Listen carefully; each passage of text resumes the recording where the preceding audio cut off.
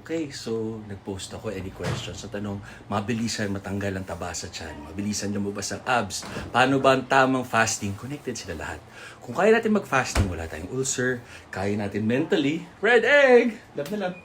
Kakain na kami dinner. Kung kaya nyo mentally, marami siyang benefits. Kasi ang fasting, 16 hours, ketosis, burn body fat.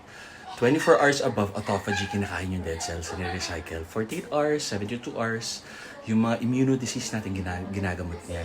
Tapos, pag umabot ka ng 4 days, mental clarity, spiritual clarity, nag-open daw yung third eye, nagiging mabuting tao tayo, ino-correct niya yung mga mali. Kung kaya natin, water lang or 0 calories like green tea, green coffee, black coffee, walang halong sugar. Pampalit ng tiyan yun, fasting pinakamabilis. Pero pagkakain tayo, mahalaga rin, parang pag magsisimula ng fasting, huwag natin biglain. So, tulog tayo 8 hours, skip breakfast 12 hours, lunch 16 hours, ganun.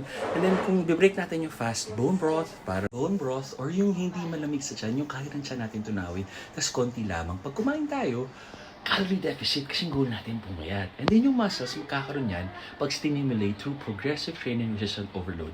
Simplihin lang natin, magbuhat tayo, tamang form 10 reps, every day, every other day, kung ano yung pasok sa schedule, lifestyle nyo.